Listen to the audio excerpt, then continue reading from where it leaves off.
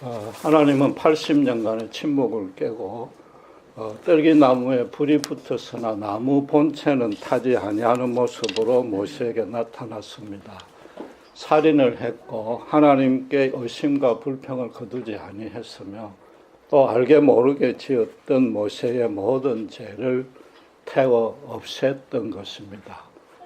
반면에 모세 본인은 살려준다는 의미가 그 안에 포함이 된 것이죠. 그래서 떨기나무란 것은 바로 예수님의 십자가를 이미 그때 그 앞에 보여주신 것이고 예수님이 직접 찾아와서 모세와 인격적으로 대면하신 것입니다. 그러면서 혹시라도 구원받게 떨어졌는가 염려했던 모세에게 구원의 확신을 다시 심어준 것입니다. 그렇다면 이제는 하나님께서는 모세의 이제 남은 인생에서 할 일을 가르쳐 줘야 됩니다. 정확히 말하면 모세가 출생 전부터 하나님께서 작정해 놓았던 그 출애굽의 소명을 더 구체적으로 계시해 줘야 될 차례인 것입니다. 이건 상당히 중요한 얘기입니다. 왜냐하면은 모세의 경우에 보듯이 기독교의 구원은 소명 구원입니다. 소명을 주시기 위해서 구원하신 겁니다. 천국 보장보험에 가입시켜서 이 땅에 일용할 양식을 채워주는 그런 정도가 아니라는 겁니다. 여러분, 현재의 한국교회에 발생하는 모든 문제가 원인이 이 소명 구원을 강조하지 않거나 아예 가르치지 아니했던 탓이 제일 큽니다. 예수님의 십자가 대속의 그 구속의 은혜는 아무리 강조해도 부족합니다. 그러나 종교개혁을 했던 그 지도자들의 의도는 그것으로 그치지 아니하고 그걸 넘어선 것입니다. 마르틴 루터만 해도 만인, 말하자면 일반 신자들도 제사장직을 수행해야 된다고 했습니다. 칼빈은 거기서 한 걸음 더 나아갔습니다. 모든 직업이 하나님께서 주신 신성한 직업이라고 한 겁니다.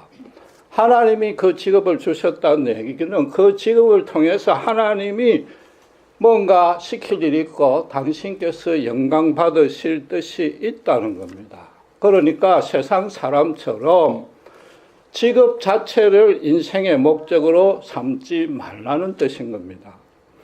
이 얘기가 그 자신들의 독단적인 사상을 말한 것이 아닌 겁니다.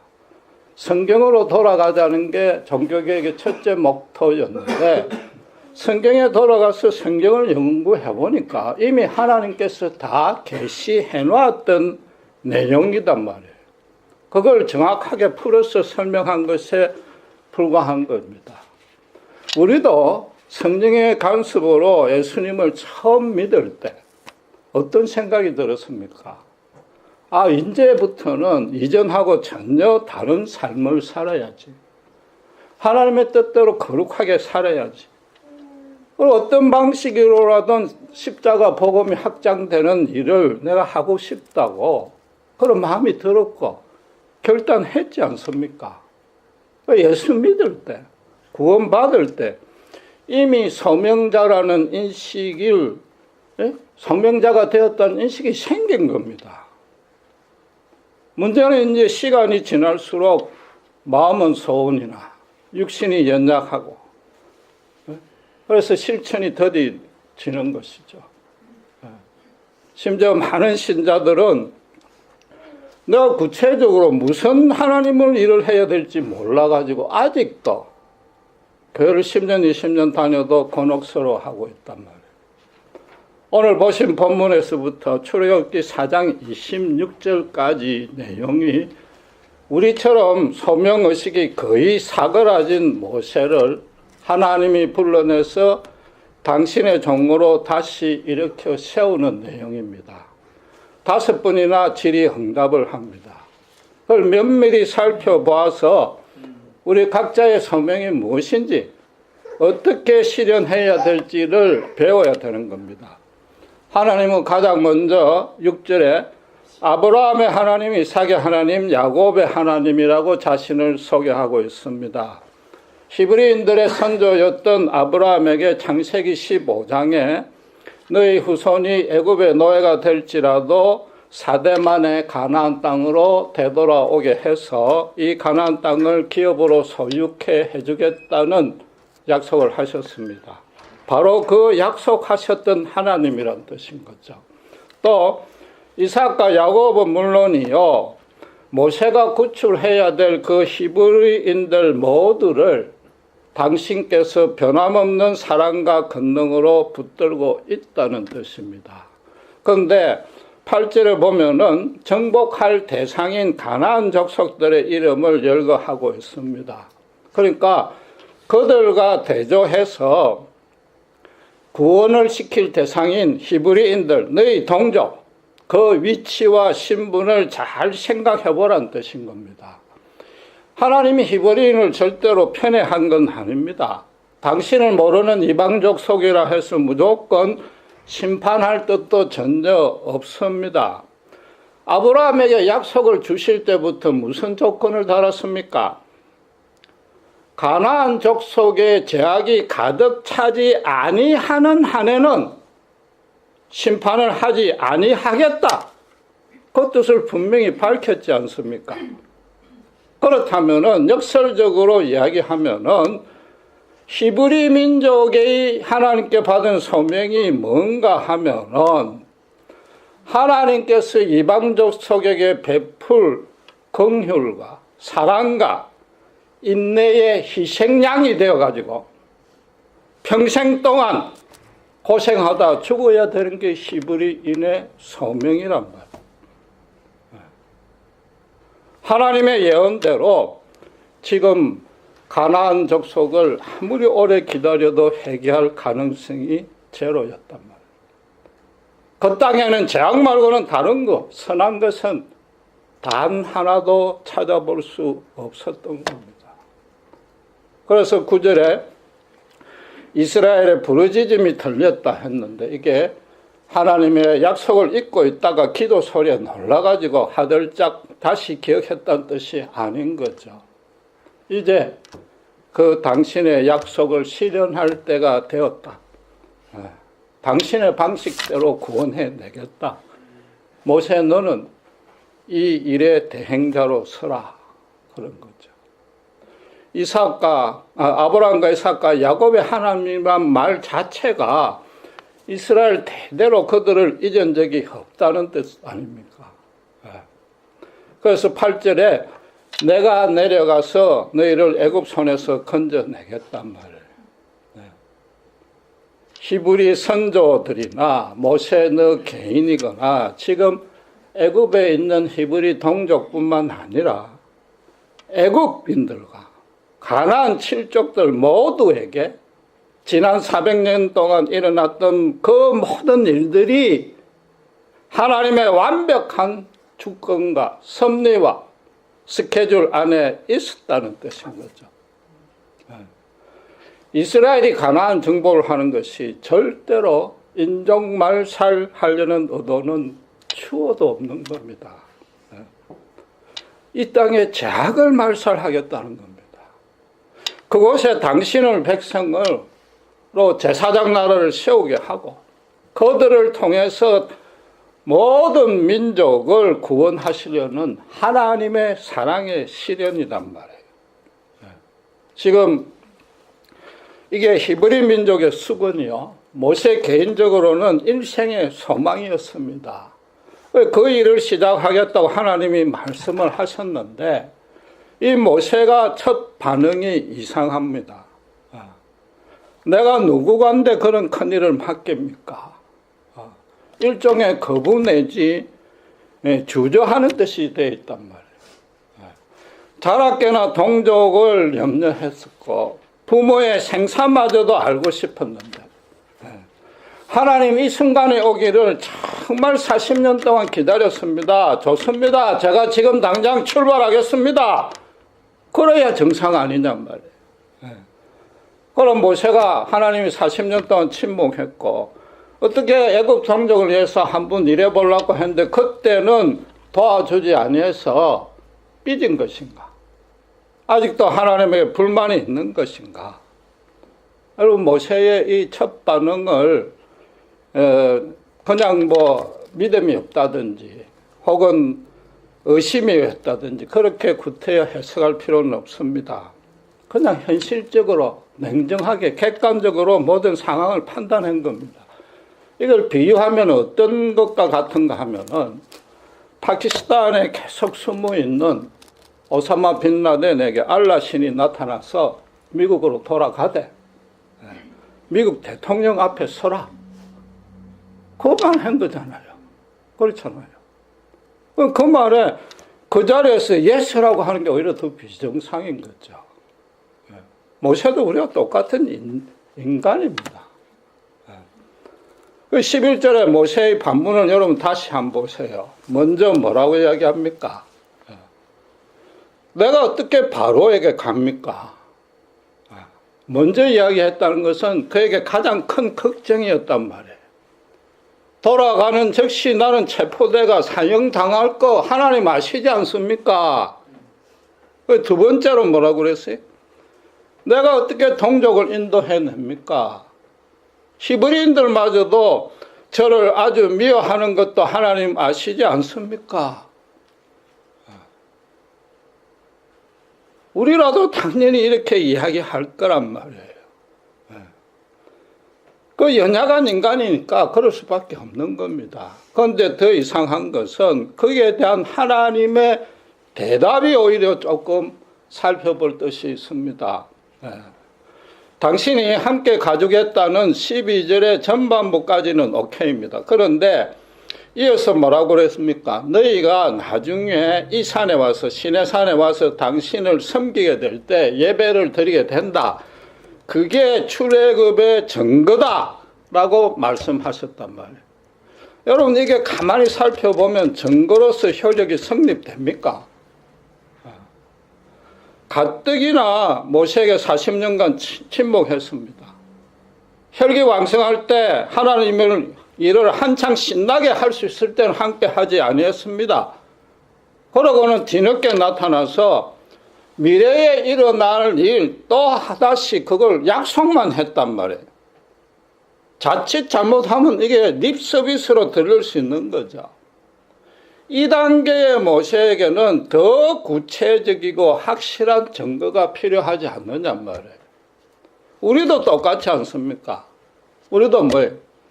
하나님 이 고난에서 언제 구출해 주실 겁니까? 간절하게 그렇게 오래 기도해도 하나님이 묵묵부답이단 말이에요.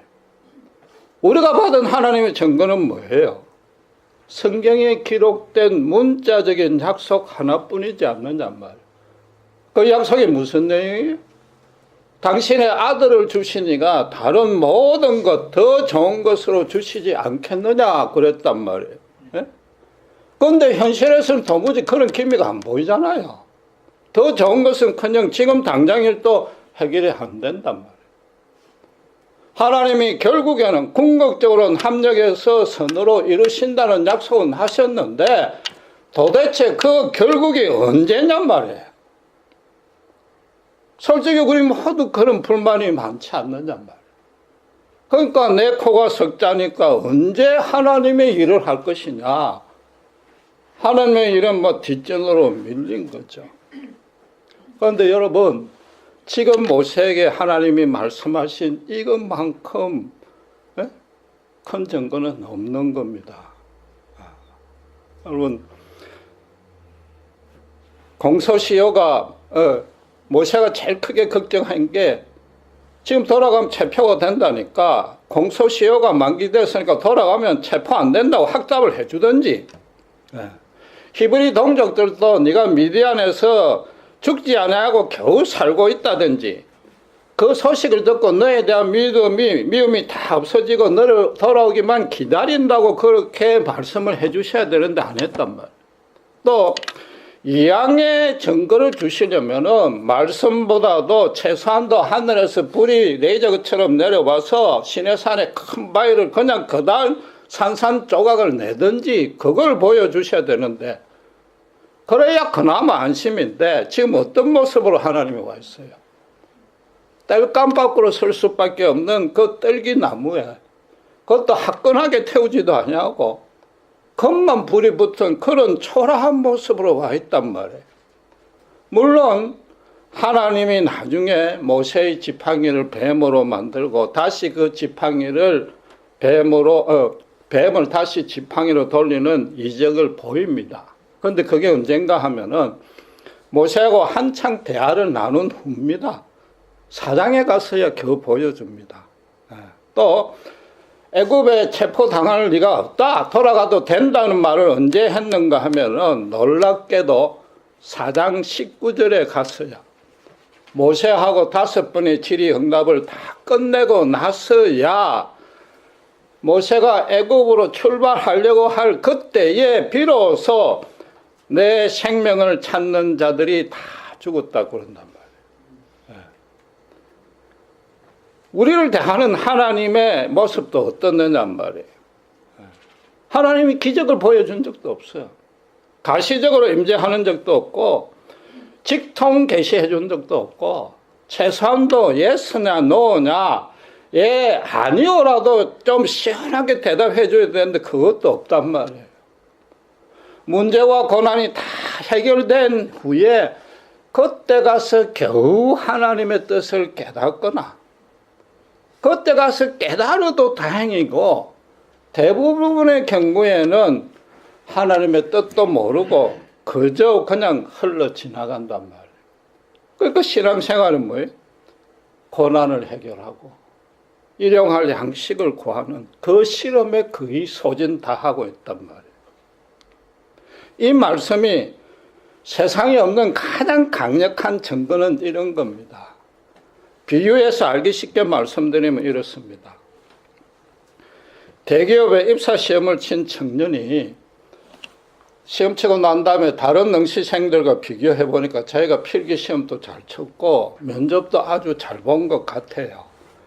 그래서 어느 정도 걸릴 수 있겠다고 생각이 되고, 또 그래도 혹시 싶어서 먼저 입사했던 대학교 선배한테 가서 쭉 의논을 했더니 그 정도면 너 합격될 거야 그랬단 말이에요.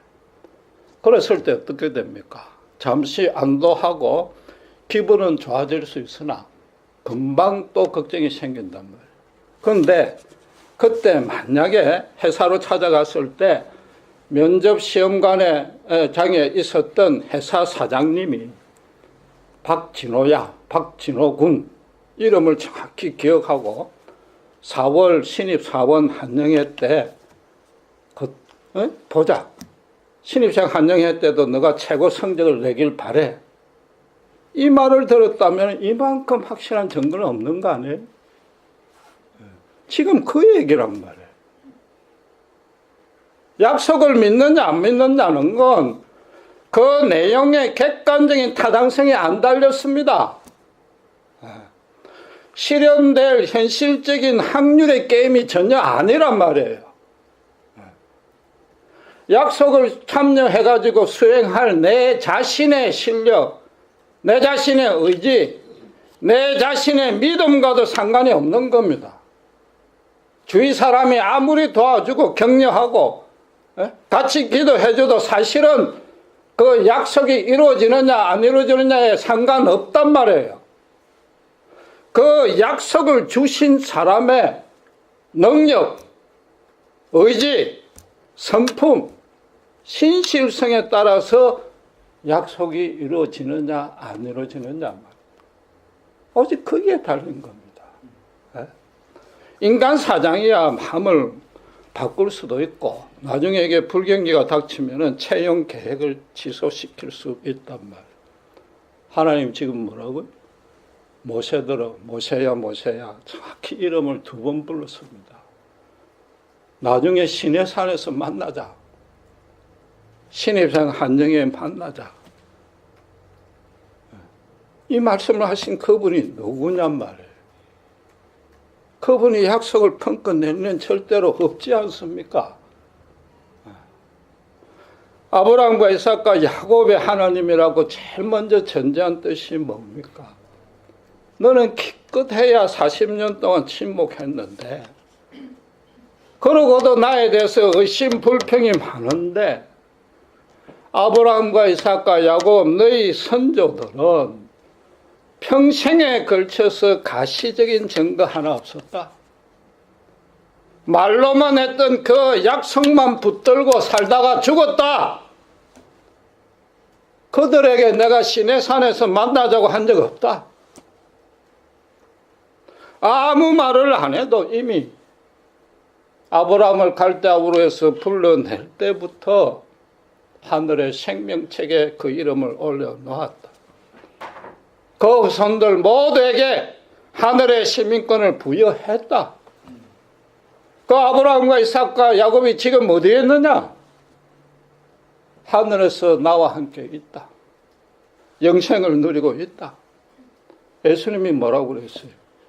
아브라함과 이삭과 야곱의 하나님을 풀어주면서 그 하나님은 죽은 자의 하나님이 아니요 산 자의 하나님이라고 말씀하셨단 말이에요. 예수 안에서 영원히 사는 자, 예수님의 언약, 그 말씀만의 약속만을 믿고 그게 립서비스가 아님을 알고 믿는 자의 하나님이다 이 말이에요.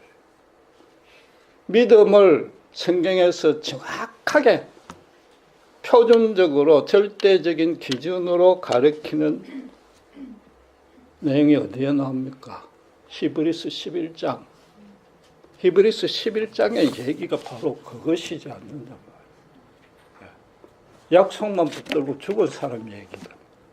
그게 믿음의 이인이라고 성경이 선언하고 있단 말이에요. 여러분, 본문 6절에서 12절까지 가장 자주 등장하는 단어가 뭔지 아세요? 내가입니다. 1인칭 주격입니다.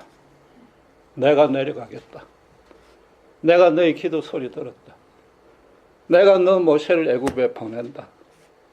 내가 정녕 너희와 함께 하겠다. 이 정령이란 말은 선악과 검령을 주실 때에 구원과 심판으로 단칼에 나누는 그때 용어와 동일한 용어입니다. 이 정령이란 용어는 그 단어가 효력을 낼 수 있는 단어는 하나님뿐입니다. 하나님 외에는 이 말을 써서는 안 돼요.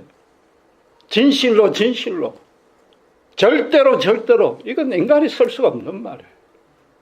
하나님만이 쓸 수 있는 말이다. 그러니까 신자들은 뭐라고 그래요? 맹세하지 말란 말이에요. 진짜로 절대로 맹세하지 말라. 대신에 뭘 하라고요? Yes or no만 하라는 거죠. 자꾸만 우리는 어떻게 하나님한테 대놓고 yes or no 가르쳐달라고 그러지 않는단 말이에요. 하나님한테 yes or no. yes or no는 내한테 찾을 게 아니라 내가 할 말이 아니고 너희가 할 말이단 말이야. 내가 비록 말로 약속했고 성경에 문자로만 적혀있지만 그게 정령이고 그게 절대요. 그게 진리란 말이에요. 그 말씀 앞에 yes or no 둘 중 하나만 하란 말이에요. 그래서 뭐라고요? 예수 그리스도 안에서는 모든 것이 예뿐이다. 예수뿐이다. 모세가 하나님에게 11절에 하나님의 뜻 대놓고 내가 누구한테 보냅니까? 따졌단 말이에요. 지금 하나님이 12절에 어떤 식으로 대답한 거예요? 거꾸로 모세에게 내가 누구간데 네가 지금 걱정하고 의심하고 주저하느냐 말이에요.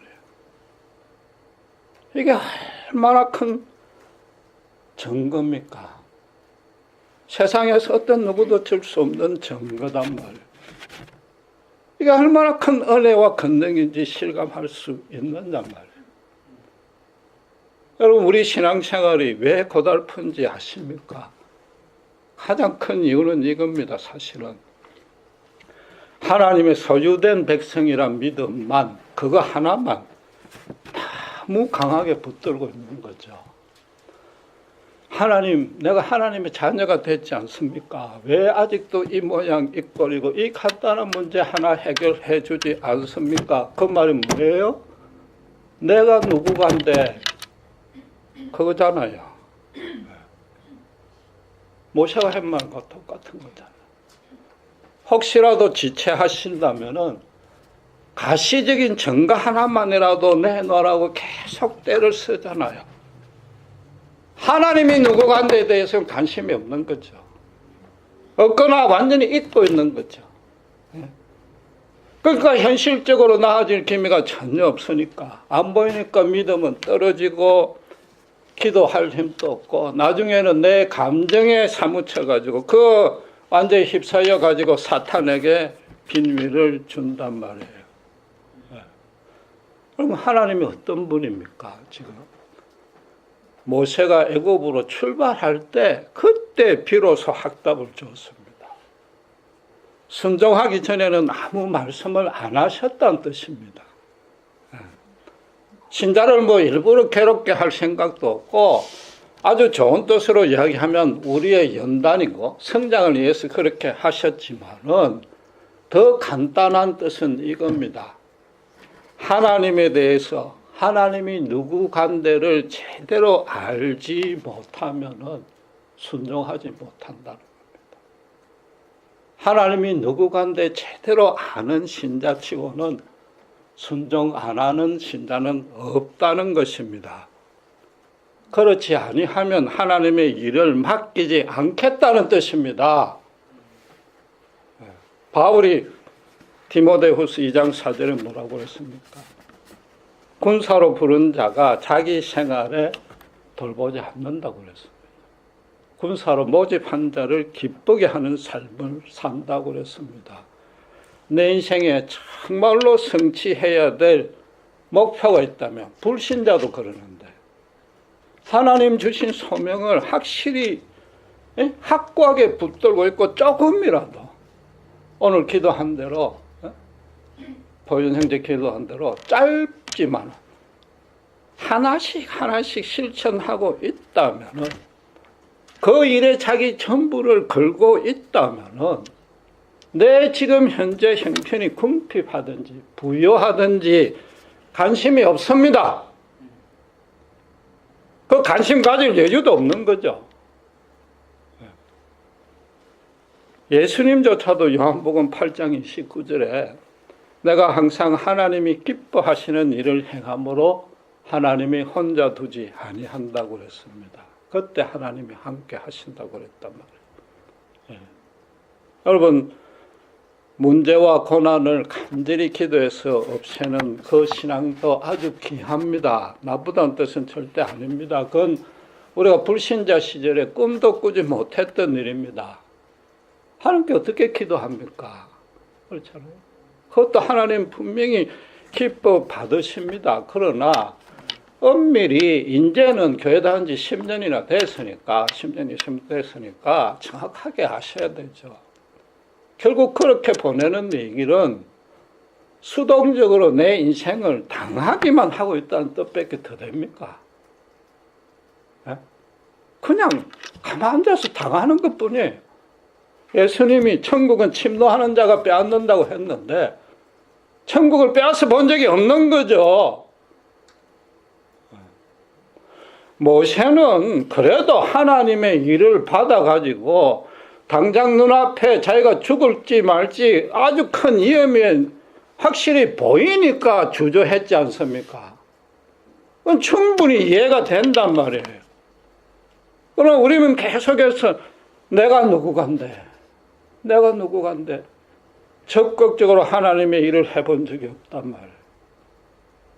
고난에서 벗어달게, 일용할 양식 달라는 얘기는 다른 말로 하면은 무사무탈하게 평생 보내게 해달라 이 말이죠. 그걸 더 심하게 말하면은 한 달란트 받은 거 땅에 묻어놓고 지내는 거죠. 여러분, 그렇다고 모세보다 큰일 하라는 얘기 아닙니다. 우리 그럴 수도 없습니다. 그냥 믿음을 물려준 디모데의 엄마처럼 우리 자녀라도 순전한 믿음의 자녀로 키울 수 있습니다. 다비다가 가부인데 옷을 지어가지고 같은 가부들한테 나눠줄 수 있습니다.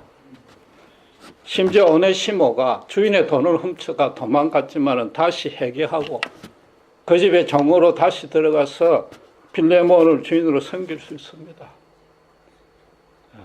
심지어 뭐예요? 마게도니아 교회 그 이름 없는 교인들이 예루살렘 교회가 기근을 닥쳐 큰 고난에 빠졌다니까 자기 힘에 지나치도록 헌금하는 모습으로도 할 수 있습니다. 하나님을 위한 일은 자신 주변에, 내 주변에 일상적인 모습으로 아주 사소한 모습으로 얼마든지 많이 씁니다.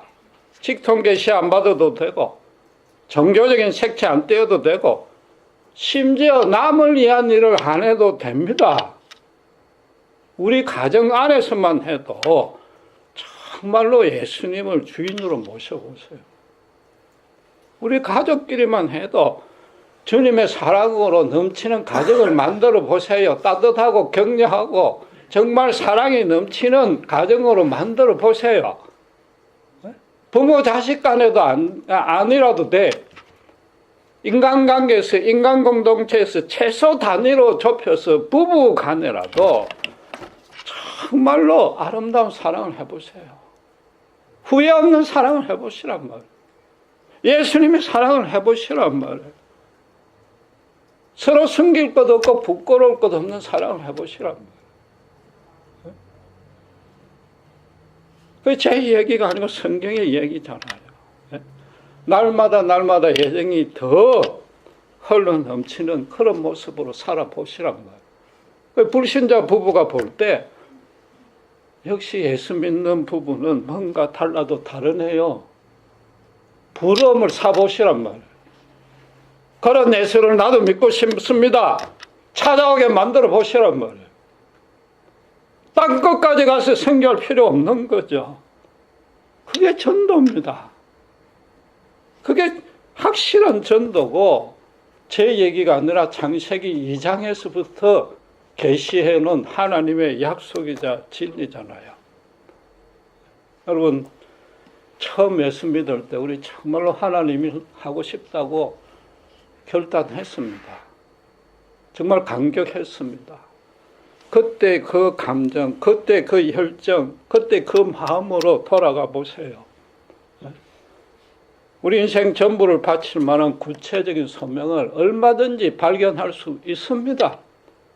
그게 안 되면 칼빈이 말한 대로 최소한도 내 위치에서, 내 직장에서도 마음껏 예수 그리스도를 증거할 수 있단 말이에요. 여러분, 믿음의 실험이란 게 간단한 겁니다. 성경 모르셔도 돼요. 주변 사정을 보고 항상 내가 누구 간다라는 생각밖에 안 드는 그 생각을 바꾸는 게 믿음의 실험입니다. 대신에 뭐예요?